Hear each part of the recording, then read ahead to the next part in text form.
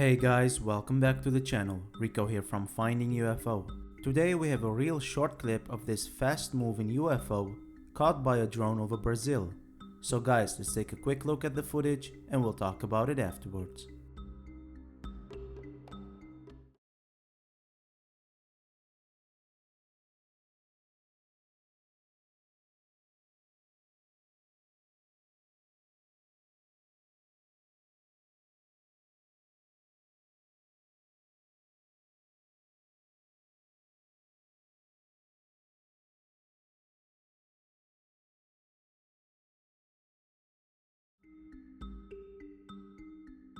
So this is what I know about the footage. It was captured on August 8, 2021 over Vera Cruz, a city in the state of Rio Grande do Sul in Brazil.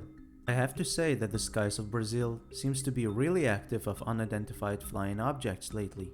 Now this object that we are looking at is traveling with a fast speed. It was caught by a drone, so we have a close-up look. It doesn't look like a bird or another drone as the object is flying in a straight path.